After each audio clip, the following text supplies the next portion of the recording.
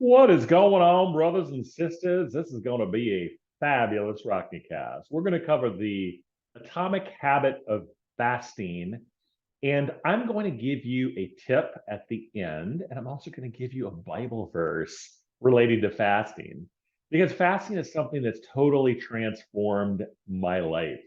A lot of you are like, oh my God, if I have to hear about fasting again, I think I'm going to puke. I know it's been good for you, but I like to eat breakfast. I'm not even going to listen to this because this is just total bullshit. Well, no, you're going to listen to it and you're going to like it because it has totally transformed my life. And sometimes I feel like a TED Talk. What if I told you that one step could totally change your life? Fasting has totally changed my life and it can change yours in countless ways that you never imagined. So I'm going to give you a study that you're going to consider at the end by really smart people from Vanderbilt. This guy, I think his name is Carl Johnson, the famous Carl Johnson of Vanderbilt. He's much smarter than I am. So if you don't believe me, like, oh my God, that's just what Rockney Cole said. Well, Carl Johnson's going to give you some good info, but you got to listen towards the end so you can get this info.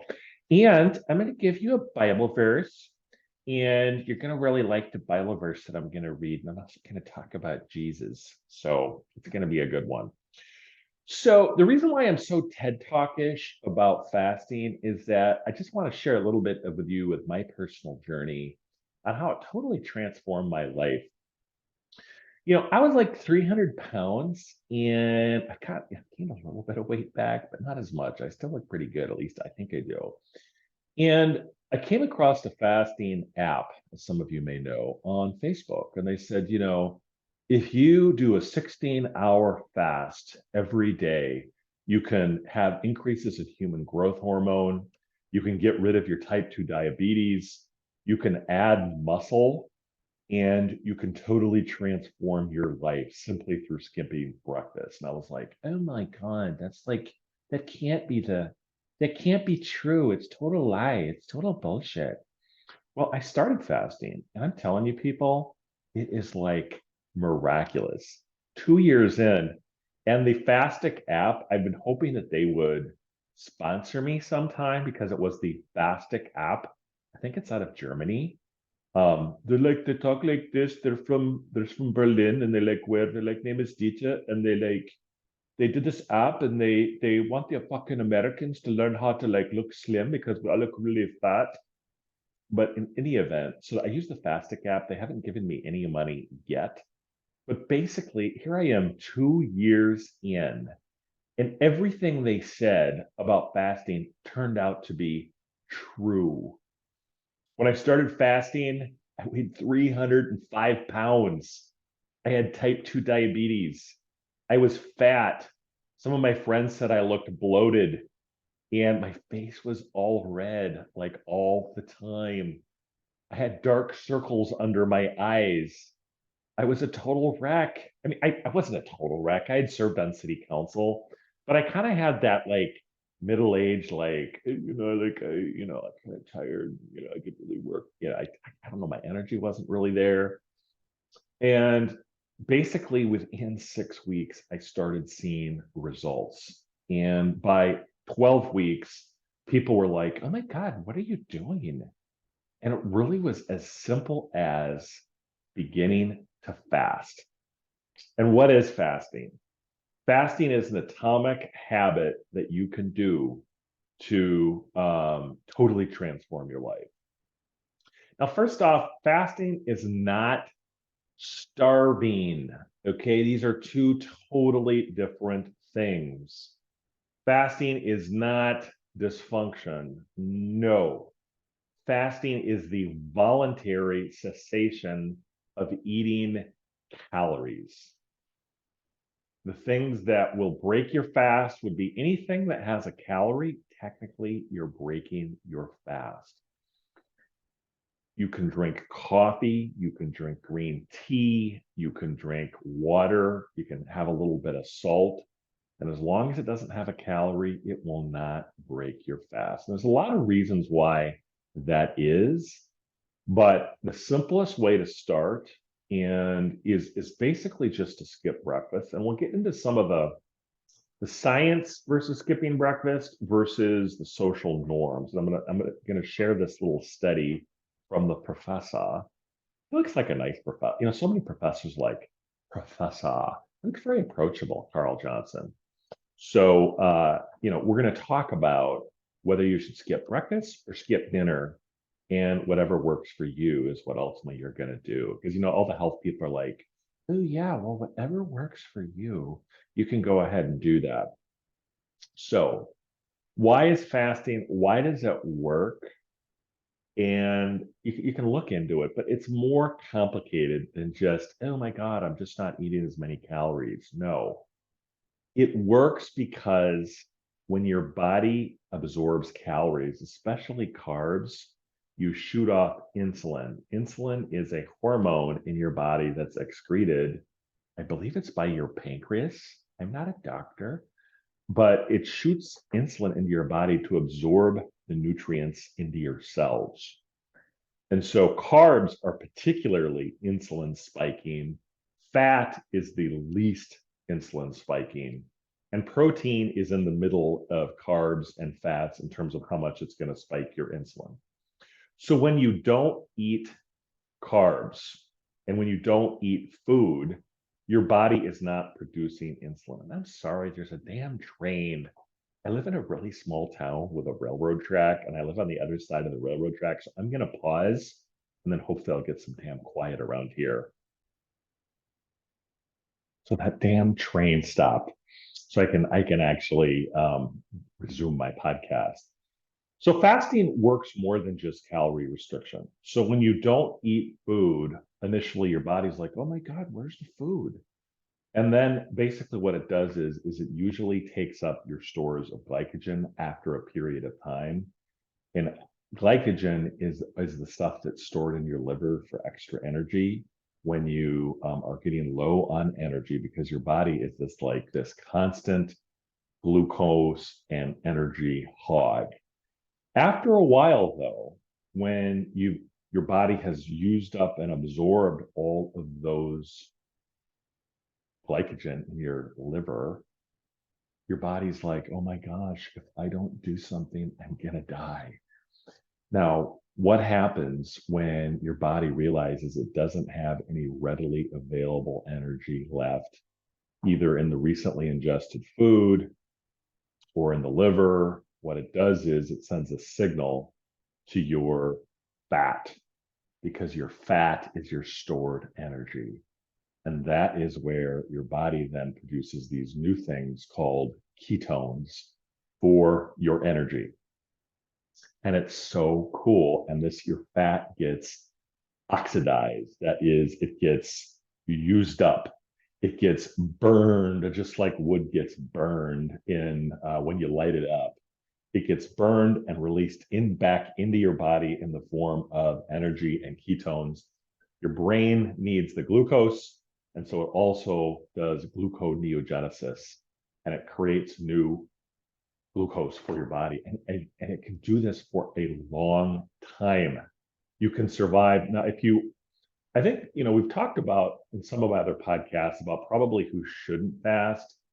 If you're really skinny, do not. If you've had any history of eating disorders or anything, you should not do that. But if you have, everyone has a little extra pudge, you're fine. I mean, if you have some really unique, like you're a type 1 diabetic or, all of these different things, yeah, you probably should not. But most of us, I would say probably 99% of us are fine, because what is fat? Fat is your body's survival mechanism to survive, right? That's how you live. And that is how fasting works. And the nice thing about it, it addresses your hunger, which is huge. It's free. And it also, when your body is without food, there are all these sort of things that happen in your body as a survival mechanism. You get shots of adrenaline, you get human growth hormone, your mind gets sharper, because these are ways for your body to give sort of counter-regulatory activation so that you can survive and get stronger and live to see another day. Now, obviously, if you don't have food forever, you're going to die. But you're not, most of you aren't going to idea, because here's the thing with fasting. It's always voluntary, right? It is not involuntary. And yet, initially, there's a little bit of pain in terms of stopping breakfast. But for the most part, it is something that's not hard at all because you can totally handle hunger. So, with my coffee today, I did have a little bit of cream, I admit, but I basically never eat breakfast, and I'm not hungry at all. So I promised though that I would give you, and I think kind of the final pitch with fasting is that it's free. Because, like the social worker that always talks about obstacles and barriers and constellations of issues, and then they lament that there's not enough resources because, like, only if we elected so and so, we'd have all these things. So and so can't go to the bathroom and they can't eat and they can't get housing and they can't do exercise unless someone else does it for them, and it's just too expensive. And I can't do it. I can't. And that's another thing. People are like, oh my gosh, this is really nice for you, but I don't have a lot of extra money. So I can't do it. I have to be tubby my whole life. Well, here's the thing. It costs money to eat food. It doesn't cost money not to eat. It's free. Yeah, it's free. If you fast, you don't have to pay, excuse my language, forgive me, Lord, a goddamn thing. It's free. And I just still can't believe how awesome it is. It doesn't cost you anything. So if you know anyone who has a little pudge, or you have a little bit of pudge, actually, you know what? I've been, I could lose a little weight because fasting is a tool, right? Fasting is something that you can do or not do depending upon where you are in the year. Feast and fasting. That's the nature of being a human being in this great creation of ours. So I promise to give you a tip and a Bible verse. So first, I'm going to give you the Bible verse, which is from Jesus. It's in Jesus, Matthew 6:16. And it says, when you fast, do not look somber as the hypocrites do, for they disfigure their faces to show men that they are fasting. I tell you the truth, they have received the reward in full. But when you fast, put oil on your head and wash your face, so that it will not be obvious to men that you are fasting, but only to your Father who is unseen, and your Father who sees what is done in secret will reward you. Now, here, I'd have to ask a pastor on this, because I don't know how long he was fasting. But one thing that I think, I hate to say it, but Jesus was wrong on, when you fast, no one can tell that you're fasting. You're not going to look, and if you're a routine faster, your complexion is going to clear up because you're not going to be as inflamed. The dark circles are going to go out from underneath your eyes. Yeah, it's like a miracle. Yeah. Thank you, Jesus. But I think really what he's getting at is I'm actually kind of committing, I'm kind of not listening to Jesus here because I'm telling you about fasting when I really shouldn't. So I think basically what he's getting at here is that don't act like you're all high and mighty if you fast just to show like how virtuous you are. The reason why I like to share it with all of you is that I basically was blinded for so long and I didn't really think too much about my weight because I could carry a lot of extra weight. I have such a huge frame that like basically I just it's easy for me to put on weight. So in connection with religion, that's the other thing is that it is something that is part of a deep religious tradition, and basically all of the major religions, Christianity, Islam, Judaism, Buddhism, I'm sure it is in other traditions as well, and it is so good for you. So the only thing that Jesus is wrong about here is that it actually is going to make you look younger. Since I've started fasting, the number of people that are like, oh my God, you look so great. You look like you're 10 years younger. Well, it's not unique to me. It's just because of fasting. Now, you got to do it right, but it's really not that hard. Now, this question of skipping breakfast versus dinner. So if and you're going to do a 16-hour fast, I think the first thing is just start fasting. You know, people always worry about optimizing. Optimize after you start the habit. And there's a big debate now in the fasting community about whether skipping breakfast is better or skipping dinner. So I'm going to give you the biological um, optimization, and then I'm going to give you what I think is just the brass tacks social optimization in terms of what you should do breakfast versus. And by the way, I skip breakfast. I'm a skip breakfast guy, except on the weekends. You know, like if there's a pancake breakfast at Earl's, your grandpa Earl's. Don't skip breakfast if you're with Earl. Eat your damn breakfast and don't fast. That's another thing where I think Jesus is right. Never fast during like a Thanksgiving or some family event. Eat your damn breakfast, because then people are like, "Oh my God, you're not eating," and that will get into what I'm going to talk about.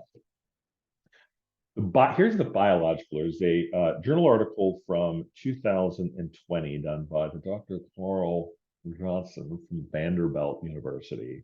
So Vandy, they're really smart. They're an SEC school, but they're basically the Ivy League of the SEC. They're kind of like Duke and all these other things. They looked at two studies, and this is just incredible, involving human beings. Okay, so there were two subjects. All the variables were the same, all of them, except the timing of the eating. So they had two age groups. The control group had essentially had 3 meals a day, the same food. The only difference is that one of the daily meals was done at breakfast, and the other one was done presented food of quote unquote equal nutrition and the same subjects as a late evening snack. So technically, it's not even a fasting issue, and they both fasted the same amount overnight, except they just looked at the timing of the last meal versus the first meal. Okay, and this is going to blow your mind. And Betty, the nutritionist, is going to say and also there's this guy named Lane who's like, oh yeah, fasting is just calorie restriction. All the traditionally trained nutritionists are going to tell you it's just basically a calorie hack, that it's an easy way to cut your calories and therefore lose weight. It's much more than that. I'm totally in the fasting is better camp than just calorie restriction. But Betty, the nutritionist, is going to tell you. But so check this out, and your mind is just going to be blown. It says, and this is a study from the Dr. Carl Johnson, as a professor of biological sciences at Vanderbilt University. He said they found that while the two sessions did not suffer in the amount, or did not differ in the amount of food eaten or the amount of physical activities in the participants, the daily timing of nutrient availability coupled with the body's increased metabolism during sleep, thanks to circadian rhythms, flipped a switch on fast fat burning. In each instance, late evening snacking delayed the body's ability to target fat stores for energy and instead caused the body to target the readily accessible carbohydrates newly introduced into the body. And here's what Kelly, who I think was like a grad student, the Dr. Carl Johnson, the late evening snack session resulted in less lipids, that's fat, for those of you who haven't studied biology, oxidized, and that's just burning, than in the breakfast session. Could these people just talk? Why don't they just call it fat? This confirms that the timing of meals during the daytime and the nighttime cycle affects how ingested food is used versus stored, and that any food ingested prior to bedtime will delay the burning of fat during sleep. This is huge, okay? And this is exactly consistent of my experience when I was fat, and now that I'm a little bit slimmer. I'm quite a bit slimmer, although I have put on a little bit of weight lately, but I do gotta go to the brew pub now and then. Because basically when you eat just before you go to bed, you are doing two things. One, you're signaling to your body that you are awake. And if you're awake and you have insulin coursing through your veins and through your body, that's a signal to your body that it doesn't need to tap the fat stores, right? And so normally during sleep, if you don't eat, you should not eat after 7 o'clock. So your body can get through its glycogen, it can get through some of its energy stores, and then it can really turn on the fat burning in the evening. And so, as to this breakfast versus dinner debate, and here they said late night snack. So, I'd have been curious, what did they eat like at 11 o'clock or at night? Most people that fast don't eat after 7. So, that'd have been interesting to see like people that eat at 6 versus people that eat in the morning. But biologically, if you're looking to maximize the amount of fat you burn, it's better to eat breakfast in the morning because your body is more insulin sensitive. That is, it's more receptive to the nutrients. You're going to burn it throughout the day.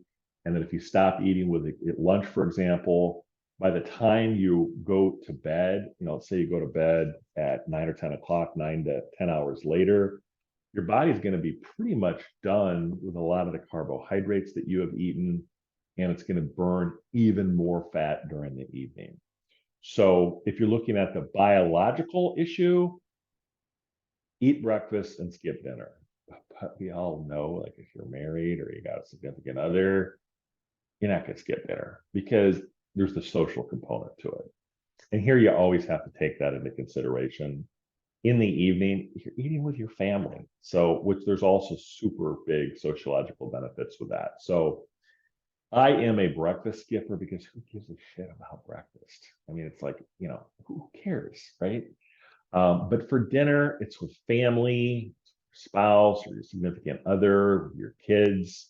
It's where you break bread and you talk about the day and you lament Chuck at work and oh god, that goddamn Chuck, he's such an asshole. You have this word called conviviality. So sociologically, you should probably skip breakfast. Biologically, eat breakfast. So like if you're living alone and you don't really give a shit about dinner, skip dinner and eat breakfast. That's the best way to fast. And occasionally do longer fasts. I'm about ready to do a 36-hour month fast. We'll talk about some of the benefits related to that. But this is like one simple change. We talk about atomic habits.